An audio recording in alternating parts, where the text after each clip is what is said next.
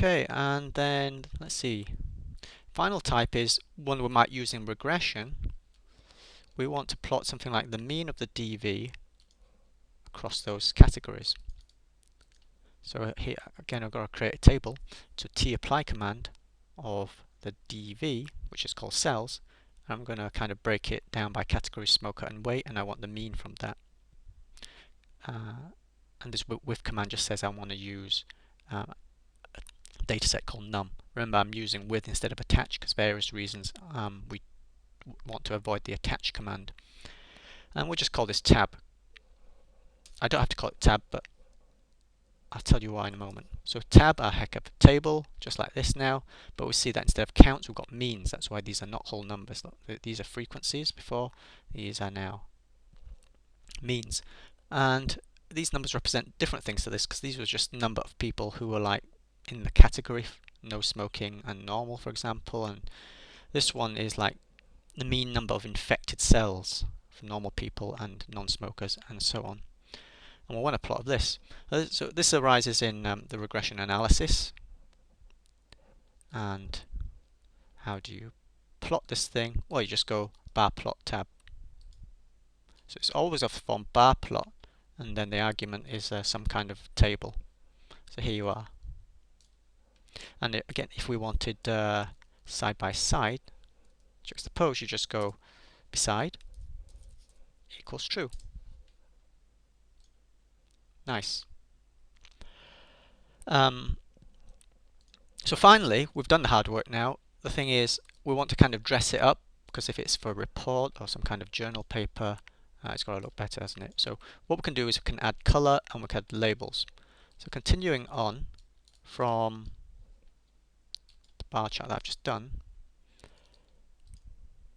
we can add color by using this COL, stands for color, equals, and then C, and then that number 1 corresponds to, each of these numbers corresponds to some kind of a color, right? So 1 corresponds to a color, and that will be for the first group, and 2 will be a different color for the second group, different color, because these two numbers are different. So if I hit enter, there you are. 1 is actually black, and 2 is actually red, all right? Play with the colors.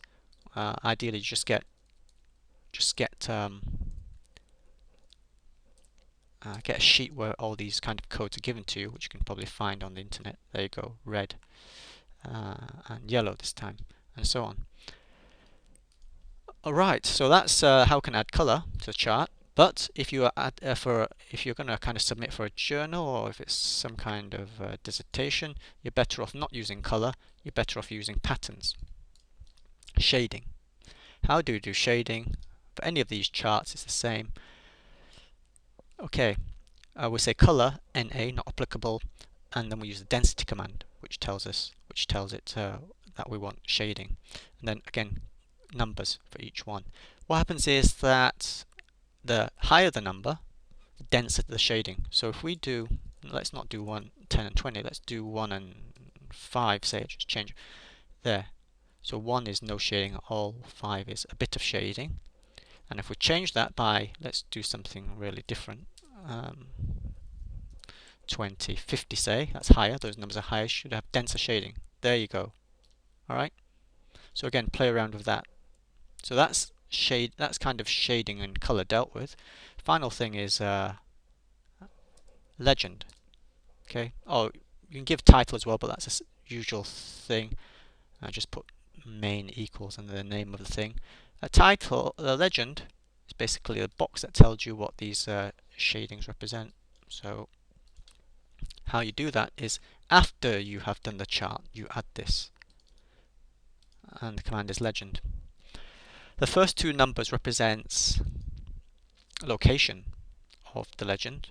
First is the x-axis, so it's 1 along, and 3.5 tells you the box, at what height should the highest bit of the box go. 3.5, so I've set it up to here. So it's top of the box will be lined up to 3.5 and 1 along. Okay.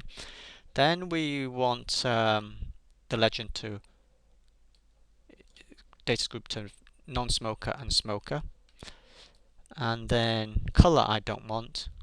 If I wanted it, I would just change that. And the density should match the density I used for the plot. So I used I've got to edit this. Use 20 and 50, so 20 and 50. And now if I hit enter, there, it's appeared. Right, at a height of up to 3.5, that's pretty neat.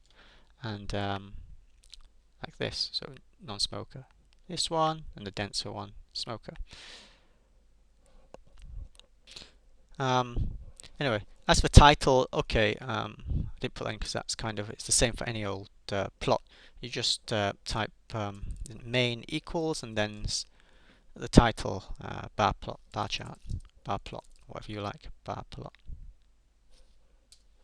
Oops.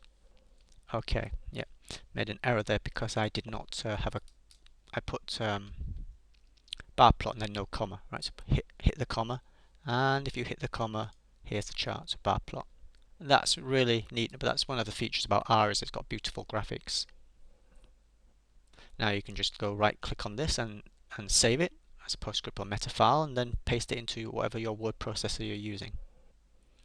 Okay, and then that's pretty much it for bar plots, bar charts. Therefore categorical variables, and I've told you where instances where we might use them. We use them wherever we have categorical variables, such as crosstabs analysis, regression, where we've got categorical variables, or